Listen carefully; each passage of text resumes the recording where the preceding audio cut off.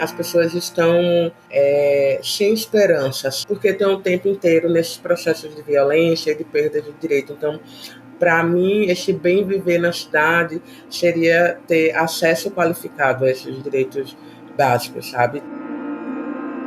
Se a gente tivesse mais acesso, né, todo mundo tivesse acesso ali à oportunidade da informação, né, e da formação, a gente teria uma cidade mais justa, né, um mundo mais ali, igualitário. A cidade, para ter um bem viver, ela tem que ter isso. Eu acho que é importante a gente entender que, na realidade, onde e como que as pessoas moram determinam as condições de vida, de bem-estar, de transitar e estar nas cidades, né?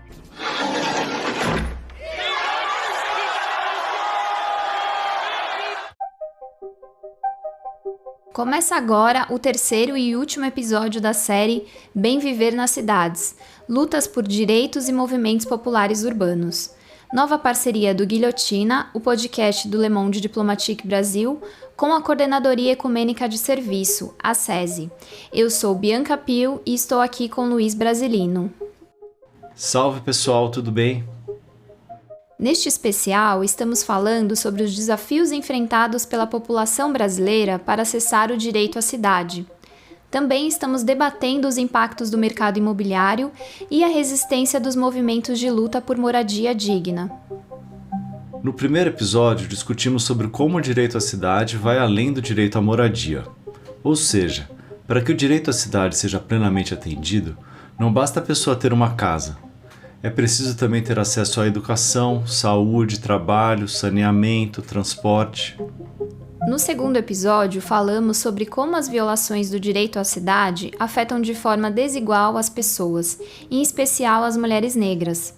Fica aqui o convite para você ouvir os outros episódios, caso ainda não tenha ouvido. Em muitas cidades do Brasil e do mundo, o direito à água e ao saneamento básico ainda é um privilégio. A desigualdade no acesso a esses serviços essenciais reflete não só a falta de infraestrutura, mas também uma profunda injustiça social. Neste episódio da nossa série Bem Viver nas Cidades, abordamos como o acesso à água potável e ao saneamento básico, elementos fundamentais para a dignidade humana, segue muito desigual, principalmente nas regiões Norte e Nordeste. Ouvimos especialistas e ativistas que enfrentam as consequências dessa exclusão. E também falamos sobre as alternativas que estão sendo construídas, muitas vezes de forma coletiva, para transformar a realidade das cidades. Acompanhe essa conversa e entenda por que a luta pelo direito à cidade passa pelo direito à água. Meu nome é Raquel Ludermir, eu hoje estou como gerente de incidência em políticas públicas da Habitat para a Humanidade Brasil, e a gente integra várias articulações e redes locais, estaduais e nacionais que pautam a questão do direito à moradia, do direito à cidade, das justiças, né, justiça habitacional, justiça socioambiental. Então, é um pouco nessa interface entre a militância, a incidência política, a produção e divulgação de dados e informação sobre essas temáticas. Então, é um pouco nessa esfera que eu atuo hoje em dia. Raquel, os números no Brasil mostram que ainda há muita desigualdade no acesso à água e ao saneamento básico adequado, né? Que afetam, sobretudo, as pessoas que moram na região norte e nordeste do país. E aqui eu trago um dado, né, que apesar de concentrar 33% do total de domicílio do país, somam 89% do total de casas sem água canalizada e 96% dos domicílios que utilizam água da chuva, isso eu estou falando de moradias da região norte e nordeste. Isso sem contar dados de saneamento básico. E aí eu queria que você comentasse conosco como isso afeta principalmente a vida das mulheres. Eu acho que é importante a gente entender que, na realidade, onde e como que as pessoas moram determinam as condições de vida, de bem-estar, de transitar e estar nas cidades, né? Então, por exemplo, vai definir questões de localização, de quão perto elas estão das oportunidades de trabalho, dos serviços públicos, mas também tem uma coisa que é muito básica, que é se a pessoa tem ou não acesso à água, e a questões de saneamento, se a área onde ela vive tem acesso à questão de drenagem, macrodrenagem, como por onde andam as águas, né, dessas cidades e quanto que elas impactam a vida e o dia a dia dessas pessoas, principalmente os grupos mais vulnerabilizados, né? Então, para a gente é muito evidente entender que o fato de não haver uma solução habitacional, não haverem políticas habitacionais que fazem jus a essa demanda, a essa dívida histórica do país em relação ao problema da moradia, faz com que muitas e muitas pessoas precisem morar ainda hoje em áreas que não tem esgotamento sanitário, que não tem água potável de qualidade, ou às vezes até tem, mas chega muito fraca a água, ou então chega num horário inadequado, que faz com que as pessoas comprometam sua vida, seu dia a dia. Então, para a gente, existe uma correlação muito forte entre o acesso que as pessoas têm a essas infraestruturas que são básicas, né, que é o que a gente chama do saneamento básico, com a localização e como é que é a casa dessas pessoas, né? Por isso que quando a gente pensa assim no direito à água e no saneamento, às vezes algumas pessoas podem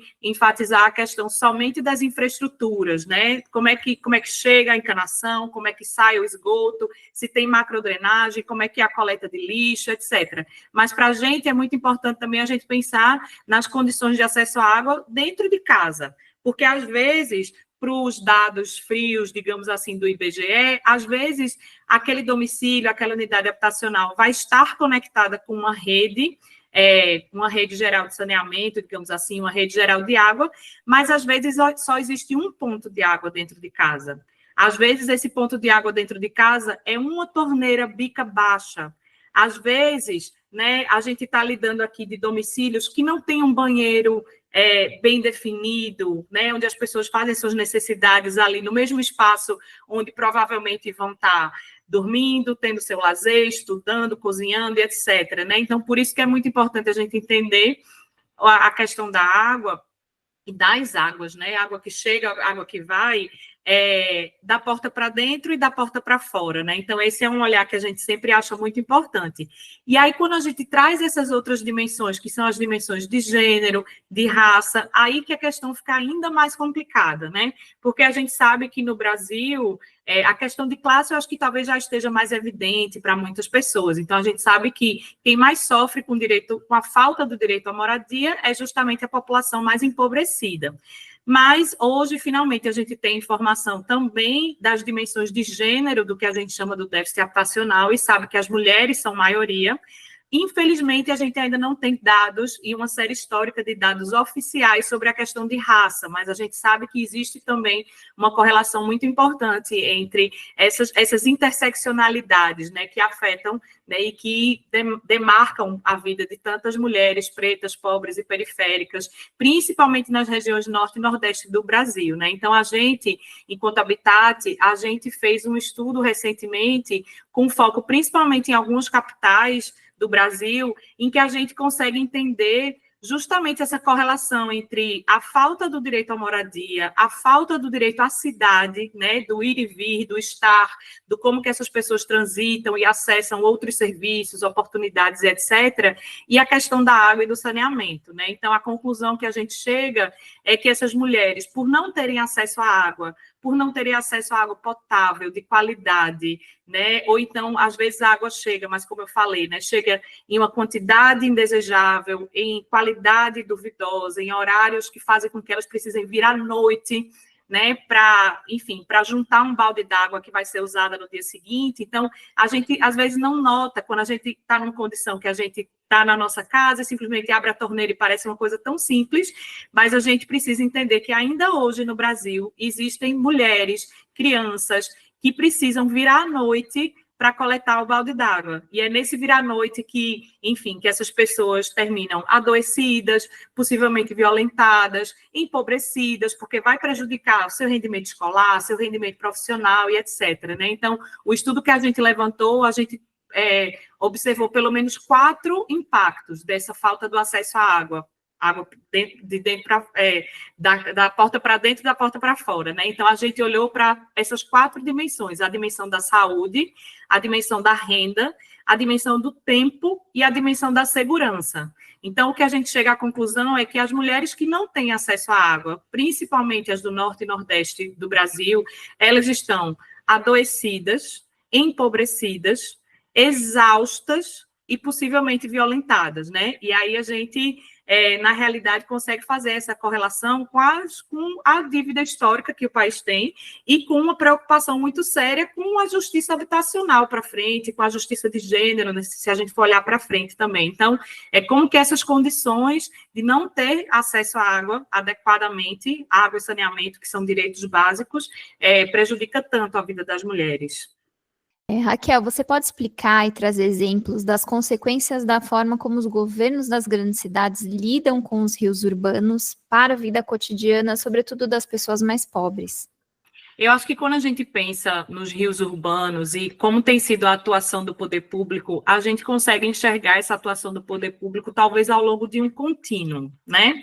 Então, vai ter situação em que o poder público não faz nada, absolutamente nada, e deixa, né, as coisas acontecerem por si só.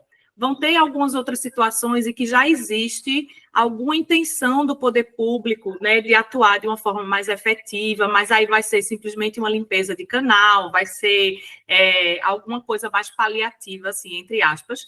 E tem uma outra esfera ainda de atuação do poder público que eu acho bem problemática, que é quando existe, por exemplo, intervenções que são supostamente, né, para melhoria da área lindeira, mas também da cidade como um todo, que é quando a gente pensa, por exemplo, obras de macrodrenagem, né? Então, obras, às vezes, de canalização de alguns rios urbanos. E aí, o que é que isso significa? Significa retificação de rio que antes era muito mais curvo, a própria canalização, que também afeta o leito do rio. Então, a gente tem, na realidade, diversos tipos de intervenção, né, dessa atuação do poder público, mas aí o que é que isso significa para as pessoas, né, para a vida das pessoas? Eu acho que isso tem sempre uma dimensão, né, de uma relação muito complicada e às vezes muito problemática com as águas das cidades, né? Então a gente vai estar sempre pensando que o rio ou o canal, na realidade, é um espaço, né, de dejeto, de esgoto, né, de alocação de resíduos sólidos e etc., e que a prefeitura não faz nada, ou quando faz é insuficiente. Ou então vai ter aquela questão de que, por causa da obra do canal, foram removidas inúmeras famílias, né, da beira do canal e etc., né? Então tem sempre essa tensão, esse tensionamento entre o suposto desenvolvimento urbano, entre aspas, né, um desenvolvimento urbano que, em muitos aspectos, ele pode ser questionado, e como que isso afeta os direitos, né, das pessoas de terem acesso à informação, participar desses processos de intervenção. Então, na realidade, eu acho que, no fundo, a relação das pessoas, né, nas cidades com essas águas, ela termina sendo muito problemática, porque sempre tem uma situação mal resolvida, digamos assim, né? Então, nunca está bem resolvido no dia que chove e para onde vão as águas. Tem também uma questão que é muito complicada, que é o fato de em muitas cidades, as águas das chuvas se misturarem com as águas do não esgoto, né, do esgotamento sanitário. Então, essa questão da macrodrenagem se misturar com o sistema de esgotamento sanitário em algumas famílias, e que corre tudo para o rio e que corre tudo para o mar, digamos assim, né? Então, tem uma coisa meio complexa e mal resolvida, que termina afetando a gente no dia a dia. Então, são as pessoas que têm medo da chuva, têm medo do canal transbordar. Por fim, Raquel, a gente queria que você falasse o que seria o bem viver nas cidades, que é o tema da nossa série, para você. Achei bem interessante mesmo essa pergunta, e eu acho que, para mim, na minha cabeça, sem lançar mão de nenhuma teoria, eu acho que isso o bem viver nas cidades tem muita relação com o que a gente chama do direito à cidade. É o direito de morar bem, é o direito de comer bem, de ter comida na mesa, sem se preocupar se vai ter dinheiro ou não para pagar aluguel no final do mês. A própria noção de aluguel, né, ela também tem suas complexidades, né, um pouco, num certo sentido, a própria mercantilização do direito à moradia também, né? Então, enfim, outras questões aí para a gente debater em outros momentos. Mas eu acho que tem a ver com morar bem, comer bem, poder ir e vir com tranquilidade, sem limitações, sem restrições, mas eu acho que também tem a ver com o direito de sonhar, com o direito de respeitar ancestralidades e com o direito de sonhar para frente, sabe? Com sonhar com um futuro melhor. Então, eu na minha cabeça, agora que você fez essa pergunta e olhando um pouco para a tentativa, né, de explicar de uma forma sintética o que é direito à cidade, eu fiquei achando que tem uma correlação muito forte, assim, entre o que é que eu enxergo que seria viver bem, bem viver nas cidades e como que a gente pode olhar para esse bem viver nas cidades a partir dessa ótica do que é o direito à cidade, esse direito que não é um direito individual, é um direito coletivo, é um direito intergeracional, é difuso, né? Então, a partir dessa ótica, eu estou achando que tem uma semelhança muito forte a partir do que eu entendo como bem viver, do que eu entendo e tento elaborar enquanto direito à cidade. Raquel, a gente agradece a sua participação aqui no terceiro episódio especial da nossa série. Muito obrigada e se você quiser deixar uma mensagem final. Obrigada, gente. Dizer que eu fiquei muito contente aqui com essas provocações e com esse papo. Às vezes a gente, no dia a dia, a gente não tem muito espaço, né, para fazer algumas reflexões um pouco mais soltas da rotina, digamos assim, né? Então, achei que foram bem oportunas as colocações. Tem uma frase que é até do movimento feminista, mas que eu, enfim, trago muito para o meu dia a dia, que é que dias mulheres virão, né? Dias melhores, dias mulheres, e que a gente possa um pouco trabalhar nessa brincadeira das palavras, nesses trocadilhos, para poder sonhar, imaginar futuros mais esperançosos, mais com os quais a gente possa sonhar de uma forma mais livre, pensando nesse bem viver e no direito à cidade. Então, só agradecer, e é isso. Todo verão é a mesma coisa. Muita chuva pelo país, muita área de risco atingida, muitas pessoas que perdem tudo e muitos governantes que seguem culpando a natureza por tudo isso.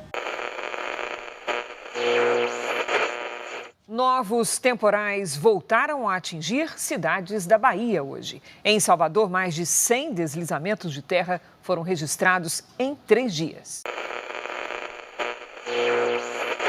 Isso é na região do Jardim Pantanal, onde uma das áreas mais afetadas pelas chuvas em São Paulo. Nossa reportagem está mostrando o resgate de moradores, ruas ainda alagadas. E a gente vê um protesto acontecendo nesse momento, os moradores ali bastante revoltados com essa situação crônica que se repete. Entre desabrigados e mortos, a população atingida em diversos estados não está refém de desastres ambientais, mas sim de decisões políticas e do negacionismo climático. E para atenuar esses impactos, organizações como a Associação Gris, em Pernambuco, atuam para apoiar as pessoas e reduzir os efeitos das enchentes e alagamentos, e também na cobrança do poder público. Vamos ouvir a entrevista de Joyce Paixão, presidente da associação, sobre esse tema. Meu nome é Joyce Paixão, sou cientista social de primeira formação, tenho algumas outras formações adjacentes. Sou cofundadora e presidente da Associação Gris, que fica aqui no bairro da Várzea, em Recife. A Várzea é um bairro que é margeado pelo Rio Capibaribe, é o segundo maior bairro de Recife, né? Então, a Gris ela tem uma atuação desde 2018, então a gente passou pelo período pandêmico, e em 2022 a gente teve uma enchente aqui, em maio de 2022, que deixou quase 10 mil pessoas desabrigadas no estado. E aí foi bem difícil aqui para a comunidade, a gente passou muito tempo, né, nesse processo de reorganização, e após a enchente a gente criou um plano comunitário, né, que é um plano comunitário de contingência, né, mitigação e adaptação para os efeitos das chuvas aqui na Vila Raiz. Eu queria começar te perguntando sobre qual que é a relação das cidades brasileiras com as suas águas, especialmente aí nesse período do ano, né, que é marcado pelas cheias, os alagamentos. Você podia contar um pouco para a gente como é que é essa dinâmica e também, se possível, falar também desse caso específico. Então eu vou do global, né, para o local, que eu acho que a gente vai criando uma linearidade. O Brasil, ele é um país que ele é muito rico, hidrologicamente falando. E aí é muito louco, porque a gente tem regiões muito secas, né, que passam por grandes períodos de seca, e a gente tem esses outros locais que sofrem com problema de abastecimento de água ou, né, de águas das chuvas. São problemas que seriam tecnicamente facilmente resolvidos, mas existem questões, né, socioeconômicas, existe o racismo ambiental, que faz com que muitas vezes esses problemas não tenham uma prioridade institucional de resolução. Então, assim, a gente tem várias soluções tecnológicas, né? As universidades do país, né? Pelo menos assim, Norte e Nordeste, que é com quem tem uma maior proximidade, tem essas resoluções prontas, mas isso não acontece. Então, a gente acaba que tem uma parcela da população que é afetada, né? Muito, a gente vem falando, muito tem se falado, né? Agenda 2030, emergências climáticas, mudanças climáticas, mas os efeitos dessas mudanças têm uma parcela gigante da população que já vem sofrendo de muito tempo, mas não tinha se chegado numa classe média. Então, é aquele velho problema que a gente vai deixando para que esses corpos paguem as contas. Aqui no caso de Recife, Recife tem uma geografia muito específica, né? Porque Recife ele é dentro do mar. Se você pegar o mapa do Brasil, você vai ver Recife é aquela pontinha que vai para dentro do oceano, que é conhecida como a Veneza brasileira, né? Que é cortada por muitos rios, né? Com uma cidade litorânea. Então, isso obviamente faz com que muitos desafios, né? Sejam maiores, né? Tanto que Recife é a 16ª cidade do mundo, né, mais vulnerável, e a do Brasil ela é a 5ª mais vulnerável, né, aos efeitos da subida do oceano e das emergências climáticas. E, em contrapartida disso, a gente tem o fato de que Recife, por exemplo, é a 2ª cidade mais desigual do Brasil, né? Então, quando a gente combina essas duas coisas, a gente tem um cenário que é completamente desfavorável, né, para as pessoas das populações mais periféricas.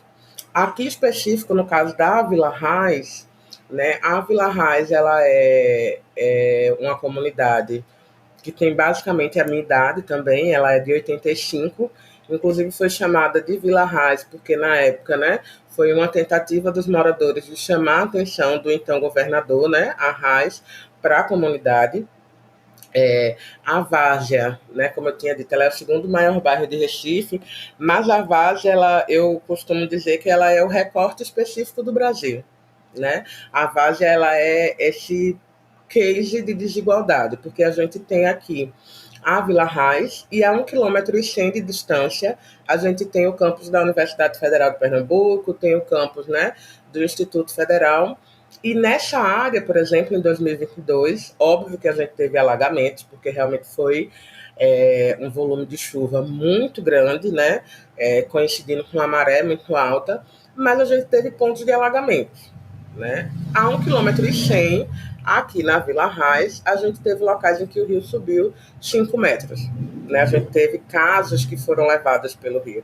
A gente tem famílias. A gente mapeou mais de 180 famílias que perderam absolutamente tudo. Assim, né? Não chegaram a perder a vida, mas perderam absolutamente tudo. Então, quando a gente vai colocando isso dentro do contexto, né, a gente consegue fazer uma análise. Eu coordeno uma rede, que é uma rede de governança para enfrentamento ao racismo ambiental, que é voltada, né, para comunidades ribeirinhas aqui em Recife e região metropolitana, e é uma realidade que é muito similar em todas as comunidades ribeirinhas, né? E quando são comunidades que são limítrofes, ou seja, que são comunidades entre um município e outro, essa situação ainda é pior, porque aí o município fica jogando, não é nossa responsabilidade, é responsabilidade do outro.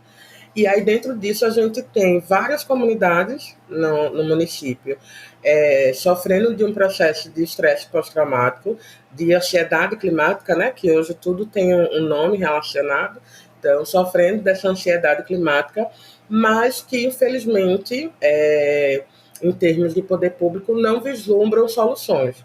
Tanto que, enquanto Rede Gera, a gente escreveu um relatório, né, de recomendações para o governo. Inclusive, uma delas foi acatada, que é a instauração de uma Secretaria de Periferias. O governo do Estado anunciou essa Secretaria das Periferias, que é para que a gente consiga criar estratégias de adaptação que sejam efetivas, né? E não estratégias de maladaptação, ou seja, uma secretaria está fazendo uma coisa, outra secretaria está fazendo outra, não dialogam, e aí a gente não consegue resolver o problema. Então, a gente está, desde 2022, nesse processo, tanto de advocacy e incidência política, quanto também de construções, né, de estratégias dentro da comunidade, com a comunidade, né? Por mais que a gente tenha parcerias com a universidade e com outros institutos, a nossa premissa é construir esse processo com a própria comunidade, e especificamente com as mulheres, né? Que é o nosso público. Inclusive porque, enfim, né, já tem alguns estudos que dizem que os mais afetados com as mudanças climáticas são as mulheres e crianças, né? Que é o recorte que a gente tem trabalhado aqui. Joyce, queria explorar um pouco mais uma coisa que você falou, que é sobre a solução desses problemas. Você chegou a falar que seriam facilmente resolvidos se a gente considerasse apenas o aspecto técnico. Você podia falar um pouco mais sobre isso, assim, como resolver esses problemas e depois, por que então eles não são resolvidos, né? Então, se a gente for pegar o exemplo do nosso plano aqui, né, do plano que a gente construiu. A gente construiu, por exemplo, rotas de fuga. Isso a gente não tem como ter um plano nacional, óbvio que a gente tem que ter uma diretriz nacional, mas isso precisa ser feito localmente. Isso é feito com quem mora na comunidade, porque só quem mora na comunidade é que sabe quais são os melhores caminhos, quais são as rotas, quem precisa de mais ajuda, né? Por exemplo, se a gente for pegar a questão do monitoramento, aqui a gente consegue monitorar a subida do rio com estacas de madeira, a gente sai colocando dentro do rio várias vigas de madeira e amarrando, sabe aquelas fitas não ultrapassa, que é uma que é bem chamativa, assim, um amarelo bem, bem vivo, e aí a gente vai monitorando essa subida do rio.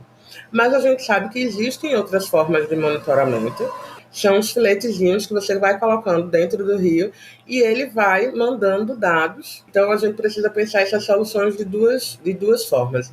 As medidas estruturais, limpeza do lixo, drenagem, macrodrenagem, construção de ecobarreiras, ter abrigos prontos, porque, por exemplo, a tendência é que a gente vá piorando nessas questões de inundação. Então, por exemplo, a Prefeitura do Recife tem um abrigo, que é um abrigo que cabe só 100 pessoas, no centro da cidade. Quando a gente vai colocar proporcionalmente falando, não dá para nada nem para ninguém. Então, a gente tem essas medidas estruturais e a gente tem essas medidas não estruturais, que são essas construções socioclimáticas. Então, é pensar dentro de cada território quais são as contingências. Então, sistemas de comunicação que sejam eficientes e acessíveis, né? Aqui a gente tem, as pessoas recebem um alerta por mensagem de texto no celular. Mas, por exemplo, a gente tem um grande número de pessoas que são analfabetas funcionais. Esse alerta é um alerta generalizado. Então, por exemplo, muitas vezes quando a prefeitura lança o alerta, esse alerta não condiz com a realidade. Então, às vezes, quando ele lança um alerta laranja, aqui para a gente já seria um alerta vermelho. Então, a gente criou um processo de letramento climático. A ideia é que a pessoa consiga olhar uma imagem de satélite, consiga correlacionar isso com a tábua de marés, consiga correlacionar isso com risco hidrológico. Eu costumo dizer sempre que eu estou dando aula que, por exemplo, a natureza ela não é municipalizada. O rio ele não é municipalizado, ele não vai vir e vai dizer, eita, estou em Jaboatão, vou parar. Eita, cheguei em Recife, vou parar. Não é. Então, a gente precisa pensar esse processo de governança, né, para que ela seja intermunicipal. Né? Então, eu não posso pensar em soluções só para Recife, quando o mesmo rio corta Jaboatão, corta Olinda, corta Paulista. Não tem como fazer isso. Tem várias soluções possíveis, tem vários processos de adaptação, mas a gente precisa que seja uma escolha política de que esses processos sejam baseados dentro do antirracismo e não numa construção aleatória, né, como a gente tem acontecido muito aqui em Recife, nas áreas de deslizamento, nas áreas de morro e barreira. Então, tem sido bem complicado, porque o que é apresentado como uma solução, que é aquele concretar tudo, não resolve o problema, né? Na verdade, você cria um outro problema ambiental. Bom, Joyce, a gente está chegando ao final e eu queria te fazer a pergunta que a gente está fazendo aqui para todos os nossos entrevistados e entrevistadas, que é o que é bem viver na cidade para você. Podia falar um pouquinho sobre isso? Então, bem viver na cidade, para mim, perpassa por ter direito a essa cidade. Né? E aí, quando eu digo ter direito a essa cidade, é ter direito de ir e vir com qualidade, com segurança, com mobilidade, né? É ter direito a ter as demandas e os direitos básicos, né, sendo atendidos de forma plena, né, que a gente não consegue ter isso aqui. Esse bem viver perpassa por pensar estratégias de fortalecimento da saúde mental, né, das pessoas mais vulnerabilizadas, pretas e pobres, né, perpassa por a gente conseguir estratégias de soberania alimentar, segurança e dignidade alimentar, perpassa por a gente entender a cidade como um grande organismo vivo e que precisa dessa horizontalidade, sabe? Me incomoda muito que a gente não consiga, enquanto sociedade, entender que aqui ao lado tem pessoas que sofrem desproporcionalmente mais um problema do que outras. Então, eu fico até brincando, porque meu sobrenome é Poliana, por causa do livro Poliana, Menina Moça, mas assim, eu quero ter essa esperança de que exista, né? Eu não vou colocar como consciência de classe, mas que exista essa consciência humanitária de que a gente tem problemas e de que a gente precisa criar urgentemente soluções, inclusive para que a gente tenha futuro. E aí eu não falo só de problemas relacionados às emergências climáticas, mas de ter um futuro no sentido de ter se esperançar. As pessoas estão sem esperança, sem essa, sabe, sem projetar o futuro, porque estão o tempo inteiro nesses processos de violência e de perda de direito. Então, para mim, esse bem viver na cidade seria ter acesso qualificado a esses direitos básicos, sabe? Ter essa escuta qualificada, ter essa escuta e essa vontade de fazer político, e aí entendendo, né, política institucional e não institucional e partidária, esse fazer político pensando realmente as pessoas que estão na base da sociedade. Os rios urbanos, muitas vezes invisibilizados pela expansão das cidades, são fundamentais para o equilíbrio ambiental e social. Em Fortaleza, o coletivo Entre Margens trabalha ativamente para resgatar o rio Maranguapinho, no bairro Bom Jardim, e conscientizar as pessoas sobre a sua importância para a prevenção de alagamentos e enchentes. Na nossa conversa com Alan Jackson, membro desse coletivo, discutimos o papel vital dos rios na gestão das águas pluviais e como a preservação desses espaços pode melhorar a qualidade de vida nas periferias urbanas, além de combater as consequências das inundações. Também conhecemos o trabalho do coletivo Entre Margens, que une a luta pelo meio ambiente com a valorização do artesanato produzido nas comunidades que dependem desses rios. Acompanhe essa conversa sobre como a preservação dos rios urbanos é, na verdade, uma questão de justiça social. Eu me chamo Alan Jackson de Assis, tenho 27 anos, sou morador aqui de Fortaleza, de um território periférico chamado Grande Bom Jardim, né, que é composto por 5 bairros, né, então a gente tem uma população aí muito grande de gente, né, para lutar com a gente, né, e para a gente reivindicar direito para essa população. Hoje, né, eu faço parte da coordenação colegiada do coletivo Entre Margens, que é um coletivo que atua na proteção do rio Maranguapinho, que é um recurso hídrico aqui do território, e a gente também pauta questões de educação ambiental. Estou nessa coordenação colegiada e também componho, né, um grupo maior, né, de várias pessoas aí preocupadas com a biodiversidade, que é o Fórum de Políticas Ambientais do Grande Bom Jardim, né, que para além do Entre Margens, né, traz pessoas da comunidade que são preocupadas com as pautas ambientais e outros coletivos também que se articulam aqui, né, para fazer uma rede maior, né, de defensores e defensoras do meio ambiente.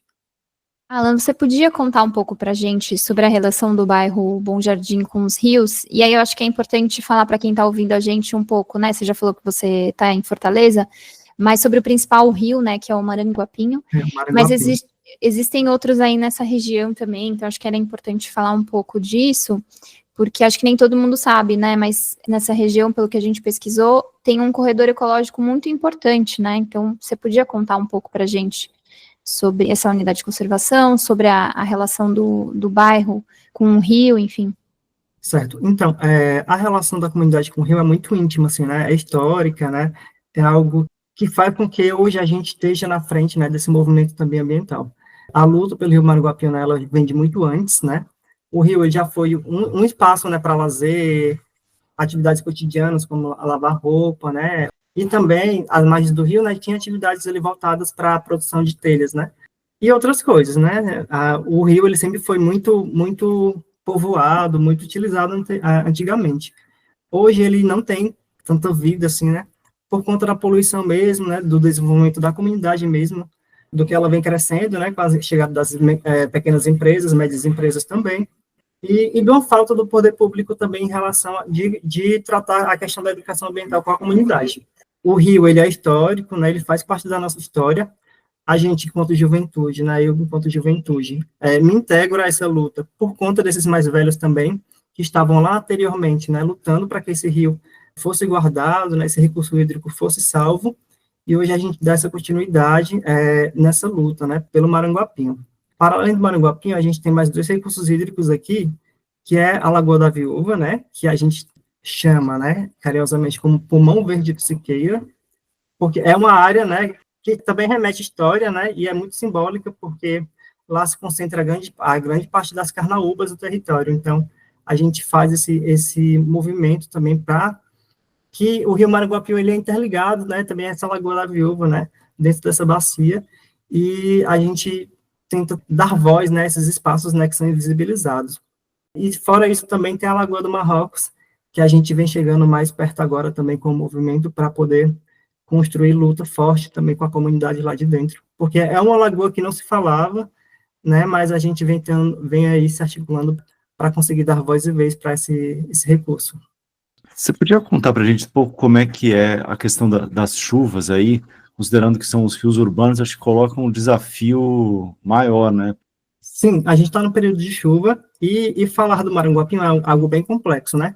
Ele, para além de ser um rio que passa por 4 bairros aqui do território, ele é um rio que passa por 4 municípios, né? Então, o problema é muito maior, então é intermunicipal. Quando você pensa na questão dos resíduos, né? Do lixo, do famoso lixo, você pensar no Maranguapinho, você tem que pensar nesses 4 municípios, né? Porque esse resíduo, ele desce, e ele acaba onde? No mar, e antes de chegar no mar, ele passa por uma comunidade indígena, que é a dos Tapebas. Então, a gente tem um problema aí muito grande, né, que é de pensar esses 4 municípios, né, se articularem conjuntamente para poder fazer esse movimento, de fato, de educação ambiental e de proteção desse recurso. Na questão das enchentes, é preocupante, sempre foi preocupante, porque, de fato, a população perde seus bens, né, tem áreas que elas não são muito atingidas pelas enchentes do Maranguapinho, mas tem áreas que é bem, assim, bem preocupante em relação à enchente no território. Sempre é uma preocupação muito grande, assim, na cidade de Fortaleza, no geral, quando chega o período chuvoso. E também, eu acho que uma questão que impacta muito é esse rolê da canalização dos rios, né, que inclusive é algo que eu sempre bato muito na tecla, né, que tira a identidade do rio enquanto recurso hídrico, né, a galera não consegue mais ver esse espaço como um recurso hídrico, né, um corpo d'água, e acaba vendo ali como esgoto só um canal mesmo, e que de fato acaba virando, né, porque a gente vê esgotos clandestinos, encanações que não era para ser direcionado para lá, mas como não tem fiscalização, né, a população faz mesmo, né, justamente por não ter essa consciência ambiental, e os problemas eles vão aumentando, e a gente tem que pensar estratégias, né, ali de combater isso antes que se agrave mais ainda, né, partindo de uma perspectiva ali comunitária inicialmente, porque como a gente está aqui, a gente sente mais, então a gente tem que agir primeiro, porque o governo ele vai chegar depois, né? Mas quem está ali no momento é quem se ajuda e contribui para minimizar os impactos ali das enchentes, né? E de qualquer outra catástrofe ambiental que venha acontecer. Qual que é o trabalho que vocês realizam aí no coletivo Entre Margens, no Rio? Também, se você podia explicar para quem está ouvindo sobre a importância de preservar o rio, pensando um pouco como isso impacta no bem viver dessas populações que moram no entorno, né? Você deu o exemplo do esgoto. Antigamente era um local usado para outras coisas, né? Assim, dá para imaginar, ter no horizonte, voltar a usar o rio dessa forma saudável? Eu ainda tenho muita esperança, né? Acho que muita gente que já está desacreditada, mas tem muita gente que ainda acredita, né? Então a gente vem dando essa força, né? Dando esse gás, né? Dando esse nosso tempo também para dar mais tempo ao rio, né? Porque se a gente não se movimenta agora, né? A gente diminui o restinho de esperança que a gente tem em relação a esse recurso. São aulas, oficinas de educação ambiental? Como é que é essa articulação que vocês fazem aí para proteção do rio Marangapinho? Assim, falar do Entre Margens A gente iniciou lá em 2022, né, assim, começando por mim, eu me inseri no movimento que era uma formação da Embaixada da França, que estava capacitando jovens, né, para essa questão da defesa de oceanos e rios. Era um projeto que, ao final, dava um fundo semente, né, esse programa dava um fundo semente, e eu fui lá, não tinha muita experiência, assim, de coordenação, com questões ambientais, mas fui lá, me aventurei e participei do processo, e, ao final, eu consegui esse fundo semente, né, para dar vida ao que eu tinha escrito. Então, a partir disso, né, comecei a me juntar com amigos, né, assim, amigos, companheiros de outros movimentos que não era da questão ambiental, mas era de juventude, da cultura, e a gente foi construindo esse rolê, né, de pessoas ali para pautar, e de, inclusive, pessoas jovens para pautar a questão do Maranguapinho. Aí a gente começou com atividades, né, primeiramente mobilizando a galera nas redes sociais, né, as pessoas, tanto o poder público como a comunidade, e depois a gente partiu para a parte mais prática, que era de trazer essa população para discutir, né, presencialmente ali, esse rio, né, o rio Maranguapinho, né, e os seus lados críticos, né, e as suas belezas, assim, e o que a gente espera para o futuro para ele.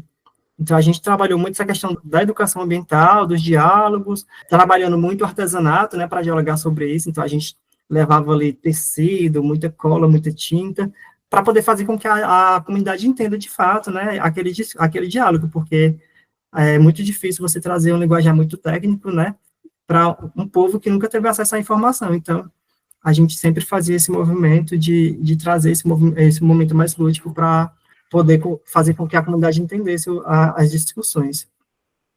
O Entre Margens trabalha muito isso, na questão da educação ambiental, e o artesanato na gente é muito forte, e o tempo foi passando e a gente acabou se articulando também com outros movimentos de questões ambientais no território, né, e não só movimentos, né, pessoas do território que eram preocupadas com as questões ambientais, e a gente foi se unindo, e nasce o Fórum de Políticas Ambientais do Grande Bom Jardim, né, que está aí até hoje no processo de monitoramento de políticas públicas, né, a gente sempre está aí mandando denúncias para a defensoria, né, fazendo monitoramento, que a gente chama de caravanas ambientais aqui no território, que a gente vai visitar ali as margens do rio, né, vai visitar ali a Lagoa da Viúva, a Lagoa do Marrocos, justamente para observar como é que esses recursos estão e fazer incidência política em relação a isso.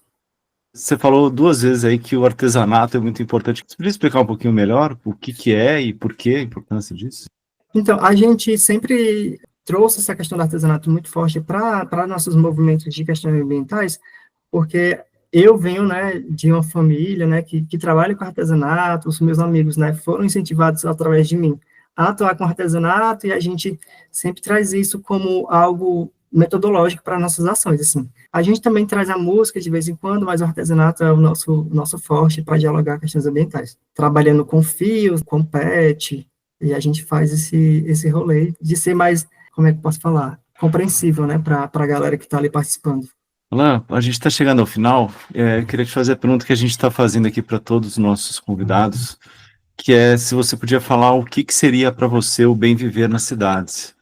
Eu acredito que o bem viver na cidade, né, no mundo, está ligado muito à oportunidade, né, à informação. Acho que se a gente tivesse mais acesso, né, todo mundo tivesse acesso ali à oportunidade da informação, né, e da formação, a gente teria uma cidade mais justa, né, um mundo mais ali, igualitário, tanto na questão social quanto ambiental. Eu acredito que isso, para mim, é o cargo-chefe, né, a informação, ela transforma, a educação, né, a informação através da educação, ela transforma, e a cidade, para ter um bem viver, ela tem que ter isso. Este foi o último episódio da série Bem Viver nas Cidades, Lutas por Direitos e Movimentos Populares Urbanos, especial do Guilhotina em parceria com a Coordenadoria Ecumênica de Serviço, a SESI. Para saber mais sobre o trabalho, visite sesi.org.br. Obrigado a você que nos ouviu até aqui. Se você gostou dessa série, compartilhe o link nas suas redes sociais e recomende a quem você sabe que pode se interessar nesse assunto.